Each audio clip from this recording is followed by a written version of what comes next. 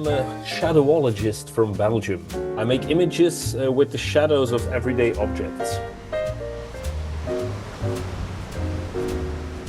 It all started a bit by accident because I was sitting on my desk working on a script, and I suddenly noticed that the shadow of my teacup looked a lot like an elephant.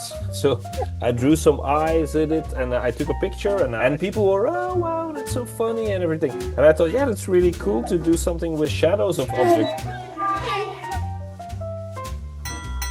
So from there on, I never really stopped, and people really seemed to like it, and I shared more and more images, and then I started making little videos, I did exhibitions, so it all kind of exploded from there. I grew up reading a lot of comics the whole time, and when I was 11, I really wanted to be a comic strip artist. So it sort of came naturally to do this kind of thing. But I'm not the best artist, I'm not a very good drawer. But the good thing with Shadowology is the light does a lot of the drawing, and I just have to add a few lines and the image is ready.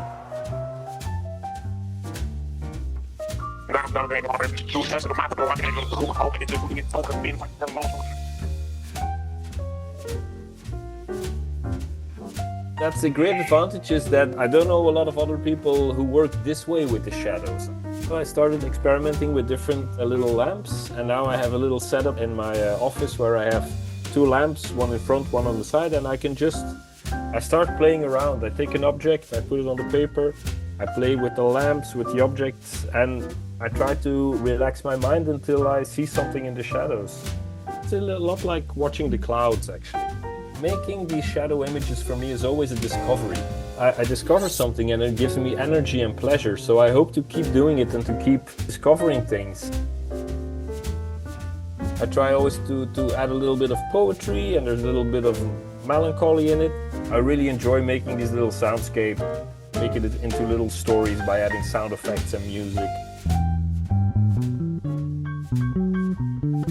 I noticed that a lot of people around the world share my silly sense of humor in all countries of the world. We're all very much alike in our silliness, I think. It's just an image, so you don't need language. That's a good thing, and that way it's quite universal.